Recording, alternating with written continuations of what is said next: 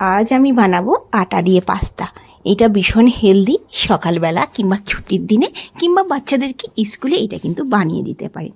ভীষণ easy recipe, একবার যদি বানান বাচ্চাদের ভীষণ ভাল লাগবে।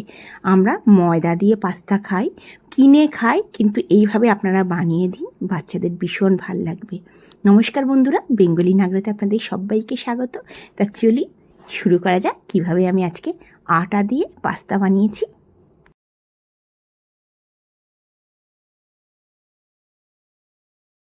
আমি রাত্রেবেলা আটা মেখে রেখেছিলাম, সেই বাসি আটা দিয়ে আমি আজকে পাস্তা বানাবো। আপনারা তাজা আটা দিয়েও বানাতে পারেন। যে অনেক সময় আটা বেঁচে যায়, আমরা টিফিন বক্স করে ফ্রিজে রেখে দিই, সেটা কিন্তু বানিয়ে নিতে পারেন। বেশিরভাগ আমাদের মায়েরা আগেকার দিনে পরোটা বানিয়ে দিত বাসি আটার। তো এরকমভাবে কিন্তু আপনারা খুব সহজেই পাস্তাটা বানিয়ে নিতে পারেন। আচ্ছা, আমি ফ্রিজ থেকে 1 ঘন্টা আগে বার করে নিয়েছি, একটুখানি আমি হাতে দিয়ে একটু মেখে নিলাম। আর তাজার আটারও বানাতে পারেন, এমন নয় যে বাসি আটার বানাতে হবে, তাজার আটারও বানাতে হবে। আচ্ছা, এটা মাথায় রাখবেন, এর মধ্যে আমি যখন আটার পাস্তা বানাবেন এর মধ্যে নুন দেবেন না। কারণ নুন দিলে কি হয়, অনেক সময় কি হয়, জলে দিলে গলে যেতে পারে। নুন ছাড়া আটাটা একটুখানি শক্ত মাখবেন, যেরকম রুটি হয় তার থেকে কিছুটা শক্ত। আচ্ছা, এবার আমি কি করব, সিম্পল আটা নিয়ে নিলাম, নিয়ে এবার রুটির মতন বেলে নেব। আচ্ছা, আমি একটা পিৎজা কাটার দিয়ে আমি কেটে নিলাম। দেখুন, ডিজাইনটা বানানো ভীষণই সহজ, জাস্ট স্কোয়ার শেপ কাটা হবে। একটুখানি আমি বড় বড় পাস্তাগুলোকে বানাবো। আর দেখুন, এই দুদিকের মুখটাই জুড়ে দেবো, আর উল্টো দিক দিয়ে দুদিকের মুখটা জুড়ে দেবো, অনেকটা শামুকের মতন। দেখুন, মানে ঝিনুকের মতন। দেখুন, ভীষণ ইজি। আপনাদের আরেকবার দেখাচ্ছি, আপনারা একবার দেখলেই বানাতে পারবেন। এই 2 কোণটা জুড়ে দেবো, আর উল্টো দিক দিয়ে 2 কোণটা জুড়ে দেবো। কোনো জল লাগানোর দরকার নেই, খুব আরামসে হয়ে যাবে। তবে হ্যাঁ, এই মাখাটা কিন্তু একটু শক্ত মাখবেন, বারবার বলছি, নাহলে কিন্তু কি হবে, জলের মধ্যে দিলেই কিন্তু গলে যেতে পারে। আচ্ছা, একটা তো হয়ে গেল রুটি, আমি সবগুলো বানিয়ে নেব।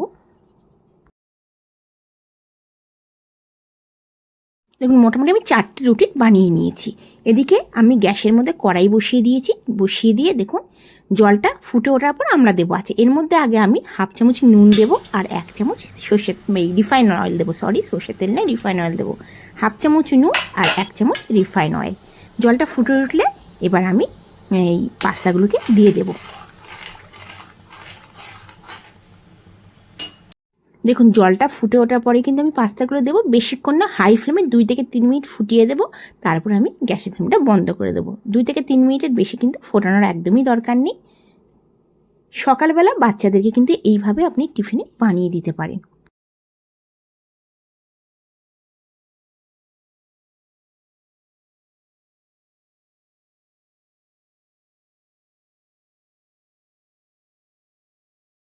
গ্যাসের ফ্লেমটা বন্ধ করে দিলাম, আর একটা চুবড়ির মতন স্টিলের যে চুবড়ি আছে তার মধ্যে আমি এইগুলোকে দিয়ে দেবো, মানে ঢেলে দেবো। আপনারা চাইলে যে স্টিলের থালা হয় শাড়ি, মানে ফুটোওয়ালা, সেটার মধ্যে দিতে পারেন, কিংবা প্লাস্টিকের চুবড়ির মধ্যে দিতে পারেন। আর কিছুক্ষণের জন্য একটু হাওয়াতে আমি রেখে দেবো, এই 5 মিনিটের মতন একটু হাওয়াতে রেখে দেবো। এদিকে ফ্রাই প্যান বসিয়ে দিয়েছি, রিফাইন অয়েল দিয়ে দিয়েছি 2 চামচ। আচ্ছা, 4-5টা আমি রসুন কুচি দিলাম। আপনাদের যদি রসুন কুচি পছন্দ না হয় তাহলে আপনারা স্কিপ করতে পারেন, স্কিপ করে ওতে জিরে দিয়ে দিতে পারেন। আমাদের পছন্দ একটুখানি পাস্তাতে রসুন কুচি খুব ভালো লাগে, মানে চাউমিন পাস্তাতে, তো এই জন্য আমি রসুন কুচি দিলাম 4-5টা। রসুন কুচিটা দেওয়ার পর 30 সেকেন্ডের মতন ফ্রাই করার পর আমি একটা, দেখুন, ছোটো সাইজের পেঁয়াজ কেটে নিয়েছি, কুচিয়ে রেখেছিলাম, সেই একটা পেঁয়াজ দিয়ে দিলাম। পেঁয়াজটাও 1 মিনিটের মতন হাই ফ্লেমে একটু নাড়াচাড়া করবো। অবশ্যই গ্যাসের ফ্লেমটা হাই করে দেবেন পেঁয়াজটা দেওয়ার পর। 4-5টা কাঁচা লঙ্কা কুচিয়ে দিয়ে দিলাম। কাঁচা লঙ্কা কুচিটা দেওয়ার পর একটু নাড়াচাড়া করে এবার আমি একটা বড় সাইজের টমেটো কুচিয়ে নিয়েছি, এবার আমি টমেটোটা দিয়ে দেবো। দেখুন, এই টমেটোটা দিয়ে হাই ফ্লেমে একটু নাড়াচাড়া করব।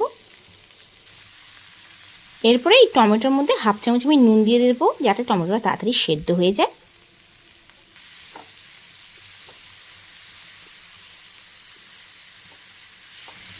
হাফ চামচ দেবো হলুদ পাউডার, মানে হলুদ গুঁড়ো। 1/2 চামচ দেবো, 1/2 চামচ দিয়ে কম দিলাম কাশ্মীরি মির্চ, অল্প করে আমি কাশ্মীরি মির্চটা দিলাম। আর দেবো 1/2 চামচ জিরে পাউডার। এই 3টে জিনিস দেবেন, দারুণ লাগবে। বাকি আপনারা এর মধ্যে নুডলস মশলা কিংবা পাস্তা মশলাও দিতে পারেন। আচ্ছা, সবগুলো দিয়ে এবার আমি কি করব, যে আমি আটার নুডলসটা মানে আমি ফুটিয়েছিলাম, সেই জলটা কিন্তু আমি ফেলিনি, সেই জলটা 1/2 কাপের মতো আমি জলটা দিয়ে দেবো। জলটা দিয়ে এলাম, এই জন্য টমেটোটা পেঁয়াজটা ভালো করে সেদ্ধ হয়ে যাবে। হাই ফ্লেমে 1 থেকে 2 মিনিট আমি নাড়াচাড়া করে এর মধ্যে একটা বড় সাইজের আমি শিমলা মির্চ আছে, শিমলা মির্চটা কুচিয়ে নিয়েছিলাম, শিমলা মির্চটা দিয়ে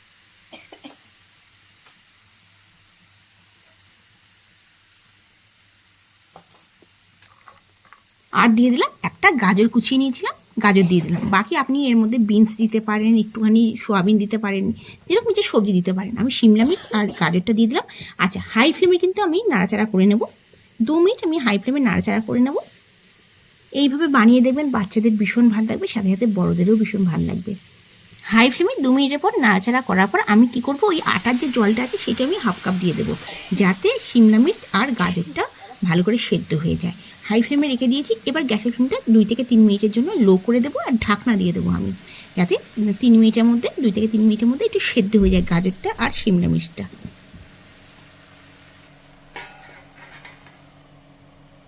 3 মিনিট পর আমি ফিরে আসি, দেখুন জলটা শুকিয়ে গেছে। গ্যাসের ফ্লেম কিন্তু অবশ্যই লো করবেন, একদমই হাই রাখবেন না, তাহলে কিন্তু জলটা শুকিয়ে যাবে আর সবজিগুলো কিন্তু কাঁচা থেকে যাবে।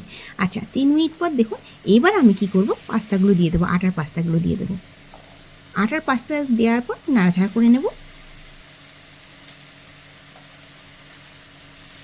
আপনাদের যদি আজকে এই আটার পাস্তা রেসিপিটা ভালো লেগে থাকে, অবশ্যই নিজেরা ঘরে বানিয়ে খাবেন। আমি যেই প্রসেসে বানালাম এই প্রসেসে বানাবেন, ভীষণ ভালো লাগবে। স্কুল কলেজের বাচ্চাদের বলুন, আপনাদের ছোট বাচ্চাদের বলুন, কিংবা নিজেরাও ব্রেকফাস্টে খেতে পারেন, সানডের দিনে টিফিনে দিলে ভীষণ ভালো। এটা কোনো শক্ত হয় না, কারণ ময়দা নেই, আটা আছে, আর ভীষণ হেলদি ওয়েতে আমি বানিয়েছি। আপনারা এর মধ্যে একটু পনির, সোয়াবিন দিয়েও বানাতে পারেন। আচ্ছা, গ্যাসের ফ্লেমটা কিন্তু আমি এবার হাই করে দিয়েছি, প্রথমে সবজি যখন ছিল তখন লো করে দিয়েছিলাম। আচ্ছা, এর মধ্যে কি করব, অল্প করে আমি সেই আটার জলটা আমি দিয়ে দেবো, তাতে একটুখানি মানে এটা আটার যে নুডলসটা আছে এটি একটুখানি সেদ্ধ হয়ে যায়। আগে আমি 2 মিনিট হাই ফ্লেমে একটু নাড়াচাড়া করে নিলাম।